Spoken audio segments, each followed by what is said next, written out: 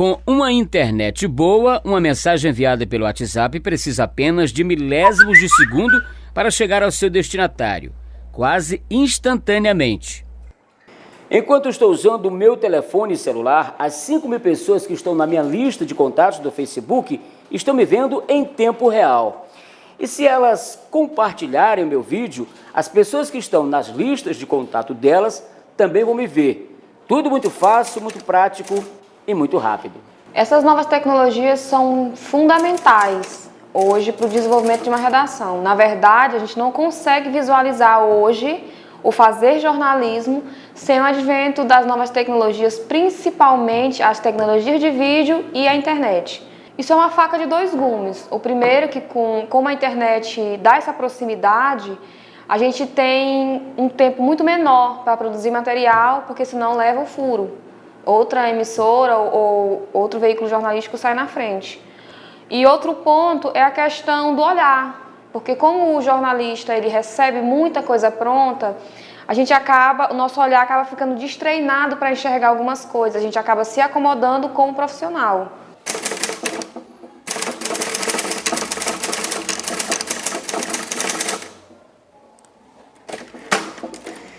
Muitas crianças e adolescentes nem a conhecem, mas durante muitos anos, a máquina de datilografia foi a principal ferramenta de trabalho dos jornalistas e radialistas.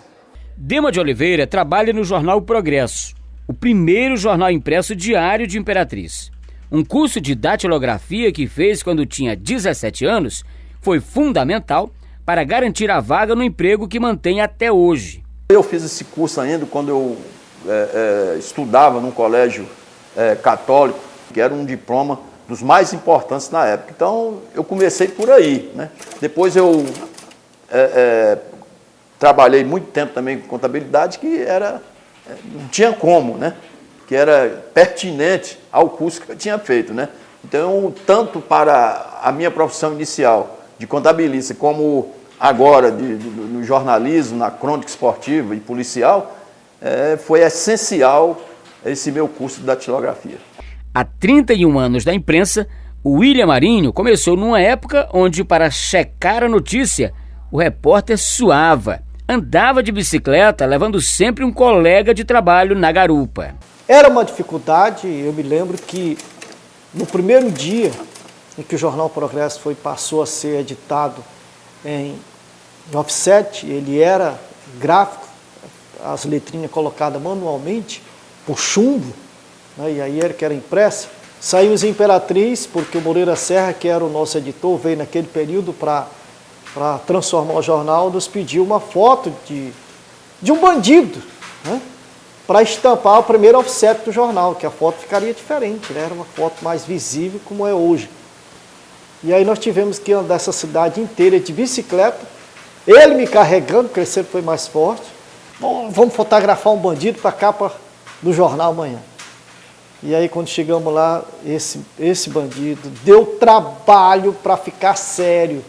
Ele era o tempo todo rindo, até que ele conseguiu ficar mais ou menos sério, nós tiramos a foto, ele estampou a capa do jornal no dia seguinte. Então as dificuldades começavam aí. Aqui na rua Simplício Moreira, no centro, funcionou a primeira emissora de rádio da cidade. Neste prédio, eu vou refazer agora o caminho percorrido pelos mais antigos radialistas. A Rádio Imperatriz foi uma escola para muita gente. Daquela época, quem cresceu profissionalmente começou a subir pisando nesses degraus.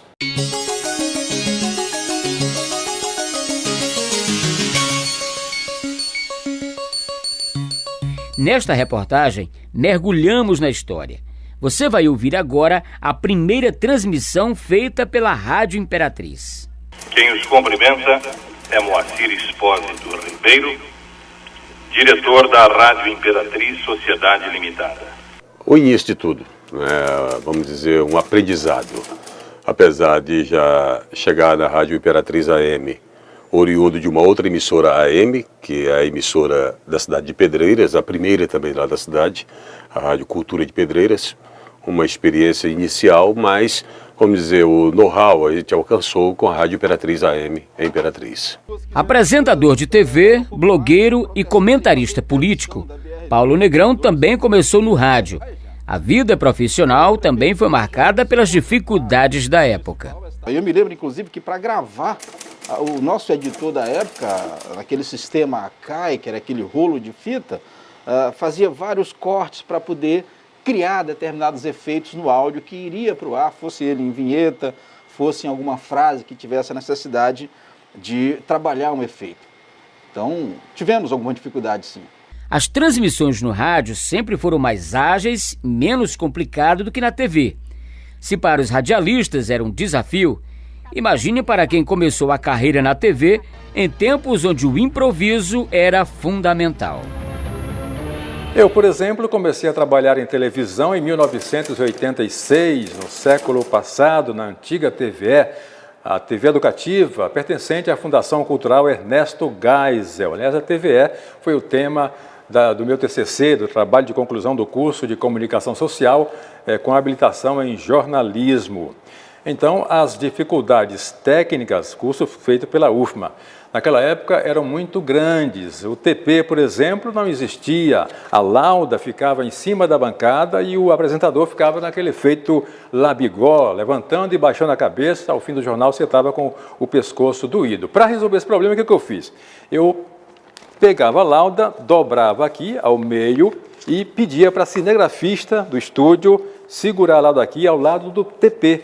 E ela ia subindo a lauda. Quando tinha uma lauda, um texto muito grande, ela pegava a lauda e colava aqui com fita durex. Aí ia subindo a lauda até terminar o texto. Hoje não. Hoje as facilidades estão muito grandes, você digita o texto lá no computador, já cai direto aqui no TP, é só ler aqui bacaninha, não tem como errar. O diretor de operações do Sistema Difusora Sul, Iltomar Barros, também é um veterano. Há mais de 30 anos da profissão, recorda os velhos tempos. Temos a Umatic, né, que é uma fita de 20 minutos. Nós temos a VHS, que foi a primeira, foi a VHS, depois o Umatic, aí Betacam, que disputava com a Umatic, elas duas trabalhavam no mercado. Aí chegou essa pequenininha aqui, que é a DVCam, que tem o que? Coisa de... Ainda hoje no mercado eles usam, algumas emissoras pequenas eles usam, né? Hoje nós estamos num cartãozinho, ó. Olha a diferença desse cartão para essa fita. Então, assim, foi uma batalha árdua, né? A gente chegar até aqui. Muitos colegas já desistiram, mudaram de profissão, né? Mas a gente continuou, né? Cinegrafista há 34 anos, Francisco Coutinho recorda como era trabalhar com câmeras pesadas, equipamentos que dificultavam a agilidade na hora de cobrir um factual. Senhor, você se lembra daquele assalto que teve do Banco do Brasil aqui? Na época eu estava trabalhando na Miranda de editor. Aí teve o assalto. Aí o cara disse, rapaz, e agora? Se o assalto é bem, eu vou. Aí a gente pegou a câmera, eu e o... Parece que foi um que está trabalhando hoje na Canal. Que era cinegrafista e hoje ele era operador. Ele foi como um operador.